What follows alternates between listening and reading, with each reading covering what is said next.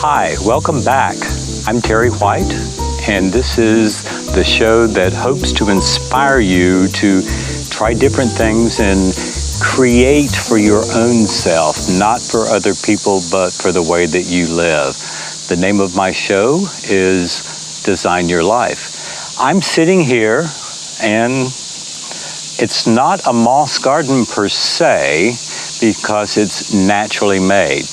And I'm going to gather some moss today, and specifically some rocks covered in moss to finish a little piece of my moss garden at home that I've been working on that I'm lacking rocks. This is not government property. It's my wonderful producer Emily's home and farm and mountainside retreat, and she has allowed me to come and to harvest.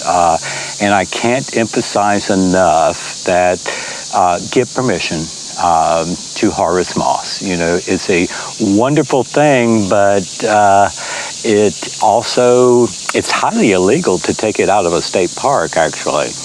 But anyway, I wanted you to see, because I've been asked so many times on the YouTube show and also in some other gardening channels that I'm in, where I get my moss.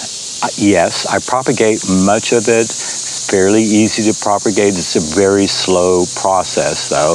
And I'm kind of an immediate gratification guy. I don't want to wait a year for something to fill in, so I tend to gather. I've gathered much of my moss from a major widening of the interstate through downtown Nashville. I've actually held my arms up and waved a backhoe driver down and asked him if I could have 45 minutes to remove the moss before he destroyed it, and he let me.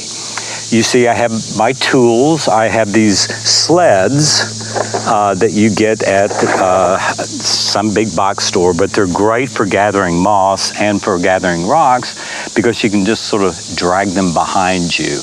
But you see, I'm in the midst of a wonderful wilderness. I'm sitting on some disturbed earth that has actually come forth and produced some pretty incredible moss. There are about 3 kinds that I can immediately see.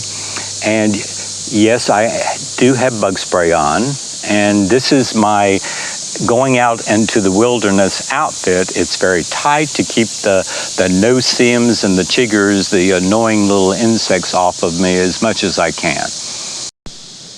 Okay, this is a patch of Leucobrium albidium, and to really fully identify a moss, you need a jeweler's loop that you can just wear around your neck. I prefer these glasses that I got off of Amazon because I can change the magnification to be able to do it. I unfortunately have a little too much magnification for today, so I have to get down and put my face in the moss and let the bugs crawl all over me while I'm doing it. But this is one of my favorite mosses, and you can see it's lighter green than the outer, which is Bryo-Andersonia elacebra. It's one of the most common mosses really found in this part of the country for sure, but it's named after some guy named Anderson. That's where the Andersonia come from. They had to make it sound Latin. But we're going to take this little bit of, and I did bring a tool just to sort of help me. When you're transplanting a moss, one of the most important things is try to get some of the dirt or the substrate that it is growing on, if that's a branch or a tree or a limb. And you see I got a little bit of the dirt, and that just sort of helps with the transplant process for it to acclimate and be happy where it is. This particular moss will do well in the sun and the shade. It's growing in the shade here, but where I'm putting it at home in my garden, it will be in the full sun. Its only real problem is overwatering, actually, which is odd for a moss.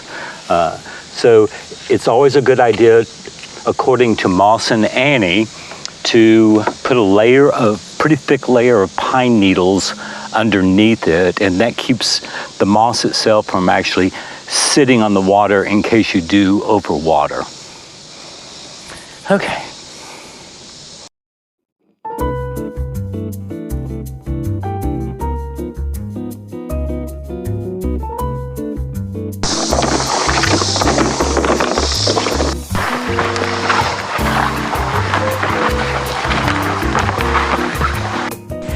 Okay, I've been gathering moss and rocks, and I'm done. I'm ready for a glass of wine. I hope you've enjoyed this little excursion to see where I get some of my moss. Please subscribe and enjoy. Thank you.